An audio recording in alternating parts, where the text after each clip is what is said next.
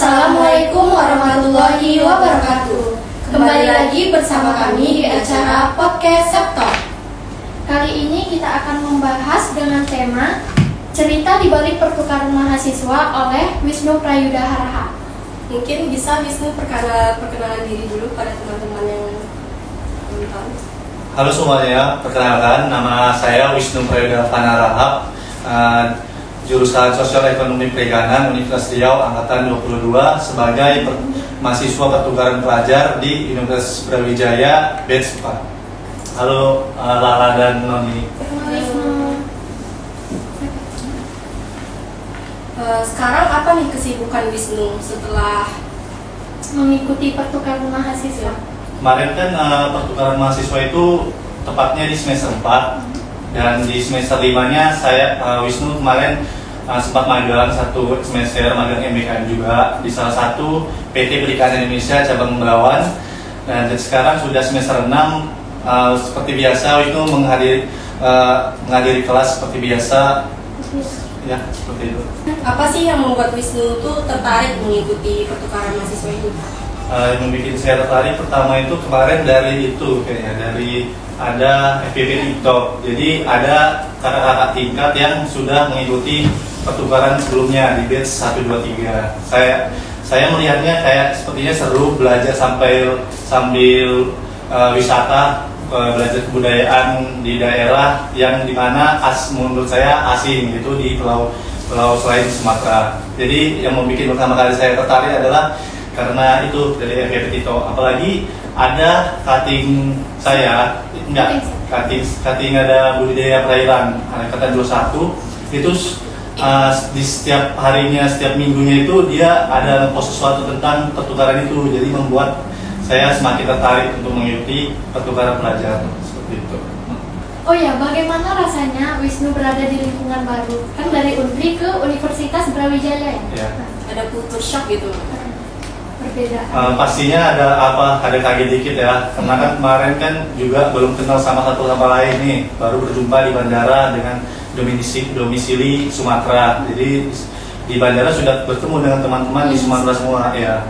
Jadi pas sampai di Malang, sebenarnya kami kemarin dari Sumatera itu nggak langsung ke Malang. Jadi karena di Malang itu ada bandaranya, itu bandara kecil, jadi nggak seluruh wilayah Indonesia itu bisa ke bandara itu, karena pelosok Papua seperti itu. Jadi kami semua kumpulnya itu di bandara di Surabaya.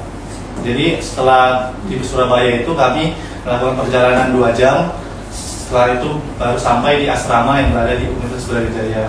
Pertama kali sampai di sana, mungkin karena kami semua belum saling mengenal, jadinya kan canggung-canggung semua kan. Jadi ya seperti itu, karena kami asrama juga. Jadi untuk adaptasi lingkungannya lumayan gampang, karena kan satu asrama sering ngumpul-ngumpul di lobi ya, jumpa-jumpa seperti itu. Makin lama-lama ya seperti biasa aja, makin akrab, keliling-keliling seperti itu. Kalau sistem pembelajarannya di Unri sama Universitas Brawijaya kayak mana? Sebenarnya sistem pelajaran Unri dan Brawijaya itu nggak jauh beda, karena kemarin pas di Universitas Brawijaya itu kami seperti di Unri dibagi kelompok, lalu presentasi segala macam. Namun ada yang beberapa yang berbeda, seperti saya kan juga mengambil di fakultas komputer. Jadi di fakultas komputer itu kan full dengan laptop. Jadi teknologinya lebih canggih. Ya, jadi mahasiswa-mahasiswanya itu wajib membawa laptop. Jadi pembelajarannya itu harus pakai laptop. Misalnya mencatat itu pakai laptop segala macam. Namun juga ada yang tulis juga. Biasanya kemarin misalnya dibagikan PPT oleh dosen nih di fakultas komunikasi komputer. Jadi mahasiswa itu yang memotatik PPT sendiri di laptop tersebut, seperti itu. Jadi lebih ke belajar sendiri gitu. Iya, tapi dijelasin juga dari Pak dosennya juga. Seperti itu sih. Sama persis belajarnya kayak Universitas Riau. Mungkin karena yang beda budaya teman-temannya. Iya. Pengalaman apa sih yang nggak bisa dilupain ya selama mengikuti pertukaran mahasiswa ini? Jadi pengalaman yang nggak pernah dilupain itu pas mungkin jalan-jalannya atau ya, karena kan setiap Sabtu Minggu pertukaran mahasiswa tuh pasti jalan-jalan gratis seperti namanya modul Nusantara atau Modnus. Jadi tiap minggunya itu pasti pergi menginap di menginap misalnya ke museum ke universitas lain. Kemarin kami itu mungkin ada PMM yang lain itu gabung di tempat yang sama, nggak pernah berangkat bareng itu nggak ada. Jadi di modul Nusantara itu kita belajar tentang kebudayaan yang ada di Malang, seperti museumnya Chinese Candi di Malang seperti itu. Jadi yang paling berkesan sih jalan-jalannya jujur, baru teman-temannya seperti itu.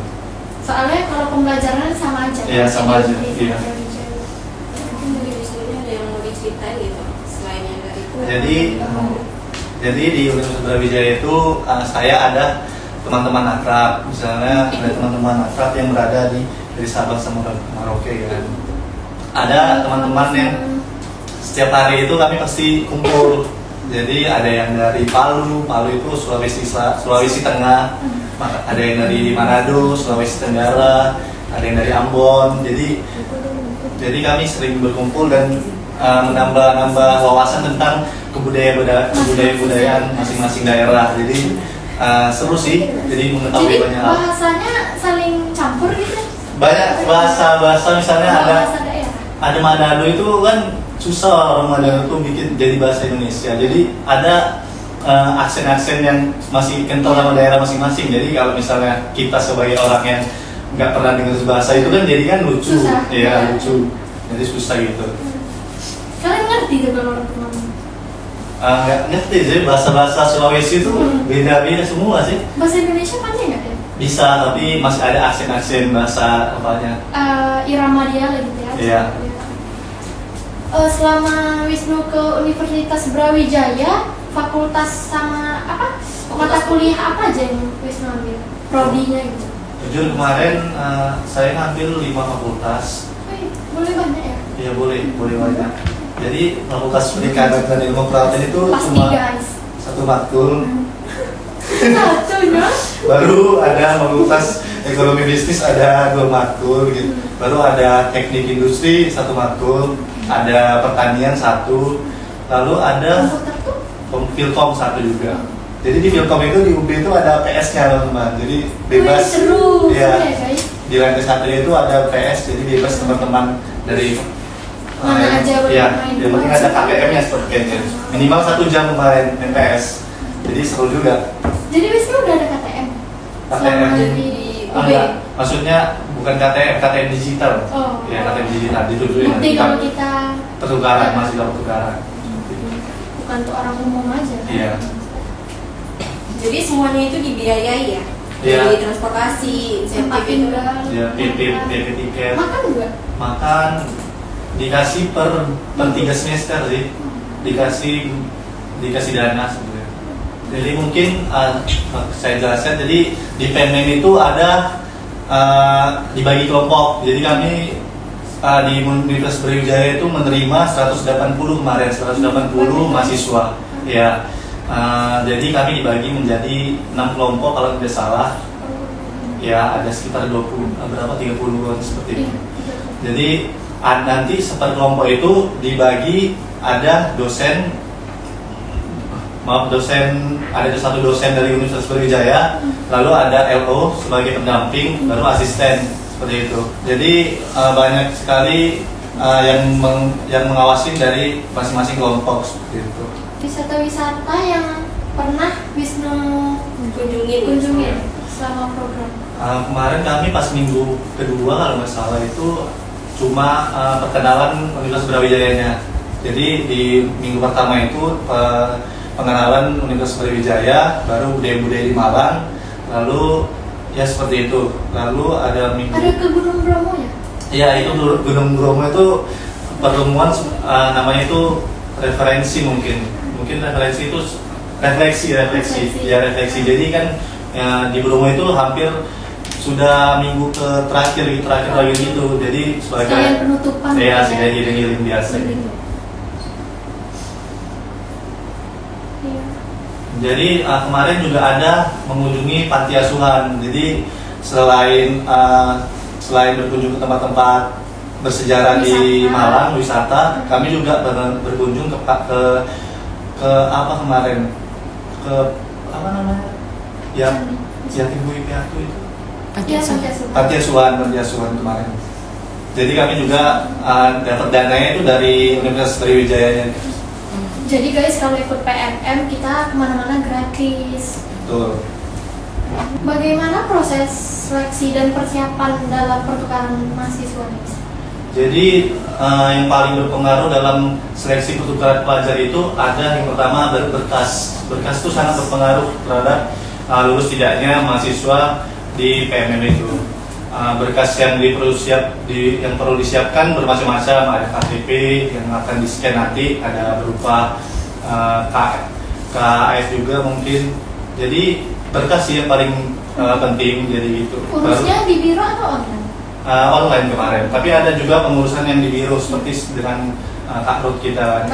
Ya, baru setelah lulus berkas, sebenarnya belum diumumkan lulus tidaknya, jadi langsung ke seleksi selanjutnya. Jadi seleksi selanjutnya itu ada tes PCAT dan tes kebangsaan. Jadi tes PCAT itu tentang sikap kita terhadap isu-isu yang beredar mengenai tentang keberagaman budaya, agama, dan suku. Jadi di situ sikap kita untuk menghadapi Proses seleksi. ya seperti itu. Lalu ada tes kebangsaan tentang sikap kita terhadap Tanah air. ya tanah air. Itu untuk berkasnya itu mungkin ada CV atau minimal Biodata. IPK gitu. Untuk PMM CV itu nggak harus, ya nggak harus. Tapi IPK itu minimal kemarin angkatan 4 itu 2,75. Namun angkatan sebelumnya itu ada 3 mungkin. 3. Ya 3 kemarin. Mungkin yang terakhir ya Wisnu ya. Ya. Ada nggak pesan dan motivasi untuk mahasiswa yang ingin ngikutin Program pertukaran ini. mahasiswa ini? Untuk teman-teman semua mungkin jangan ragu-ragu untuk mencoba, karena kalau nggak sekarang kapan lagi gitu sebagai mahasiswa kita kan, misalnya nanti udah tamat kan. Nanti kan di sana kita akan mendapatkan banyak motivasi, banyak teman-teman, banyak relasi, banyak pengalaman. Jadi buat teman-teman yang ingin sekiranya belajar di luar dari lingkungan kampus asal, mungkin bisa mencoba untuk mengikuti pertukaran pelajar seperti itu. Jadi teman-teman jangan takut mencoba aja sih, untuk ada program-program yang disediakan oleh pemerintah seperti itu. Apalagi ini PMM ini kan sangat berpengaruh terhadap misalnya pemikiran kita terhadap budaya di luar. Kapan lagi kan kita belajar sambil berjalan-jalan, Iya, sambil berjalan. nambah kawan, nambah relasi. Baik, sangat inspiratif dan termotivasi kita dari cerita di balik pertukaran mahasiswa oleh Wisnu Prayuda Raha. SEP Angkatan 2022. Terima kasih Wisnu telah meluangkan waktu di acara podcast SEPTAK hari ini. Sama-sama. Lebih dan kurang kami mohon maaf. Mungkin segitu aja podcast kami hari ini. Assalamualaikum warahmatullahi wabarakatuh.